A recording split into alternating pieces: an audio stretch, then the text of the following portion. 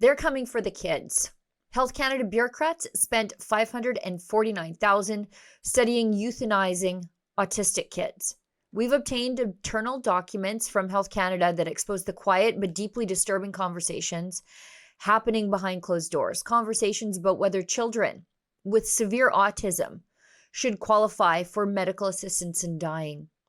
The access to information records obtained by a third party and then given to Rebel News reveal that Health Canada is currently funding a $549,068 research project with Dalhousie University to study youth views on end-of-life care, palliative care, and MAID. Now, MAID is medical assistance in dying, the Canadian euphemism for a state-sanctioned euthanasia program. This funding spans 4 years. So while families across the country can't get basic autism services or timely mental health support for their kids, the federal government is bankrolling a 4-year focus group to explore what children think about state-sanctioned suicide. Now that's the first red flag.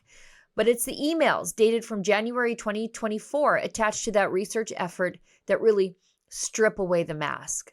In one exchange, a Health Canada official, Heather Davids, writing on behalf of the Indigenous End-of-Life Care team, reaches out to 2 senior bureaucrats in the MAID unit, Ian Gillies and Richard Martin. Her question: how should the department respond to public correspondence about whether severe autism meets the eligibility criteria for medical assistance in dying? Let's let that settle in for a minute. Someone, maybe a parent, maybe an advocate, or someone with sinister motives, wrote to Health Canada asking if children with profound autism could qualify for a medical death. And instead of shutting that idea down, the bureaucracy paused to have a bit of a debate.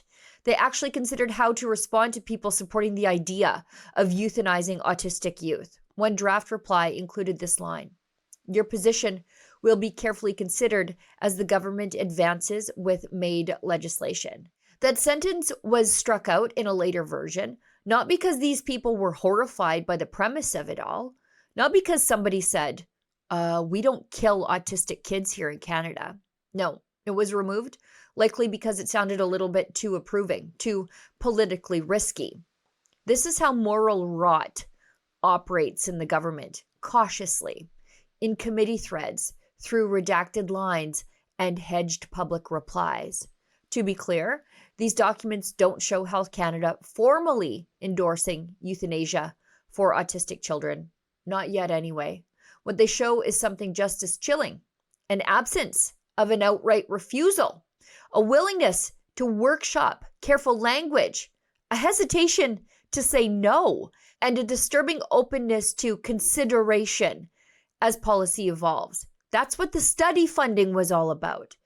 That bureaucratic hesitancy is happening in tandem with a full court press by euthanasia activists, particularly Dying with Dignity, who are pushing to expand euthanasia to what they call mature minors. Their advocacy materials state plainly they want minors with capacity to be able to access death on demand, even without parental consent. They're lobbying the feds, running PR campaigns, and, according to the Walrus, have influenced every phase of MAID's expansion to date. And the academic groundwork is being laid too. A 2018 academic study, also funded by the Canadian government, titled "The State of Knowledge on Medical Assistance in Dying for Mature Minors," examines euthanasia for mature minors, drawing on Belgium and the Netherlands, countries where children as young as 9 have been legally euthanized. The authors of the study frame it as complex, but not unthinkable. Meanwhile, Health Canada continues to fund research into youth perspectives on euthanasia. Bureaucrats debate on how to respond to emails on autistic children being eligible to die, and no one anywhere in the chain seems willing to say the one thing that matters. No, we don't do this, not to children, not to the disabled, not here. But that moral clarity is missing, replaced with email drafts, research grants, lobbyist pressure, and cautious clinical science.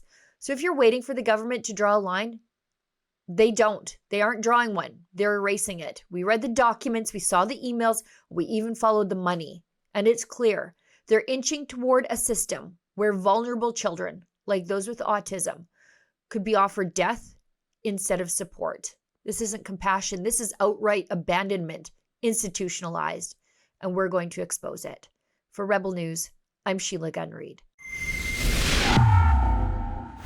If you'd like to help fund our access to documents just like these, which expose the institutional rot and horrifying bureaucratic conversations about medical assistance in dying for disabled children, please donate at rebelinvestigates.com.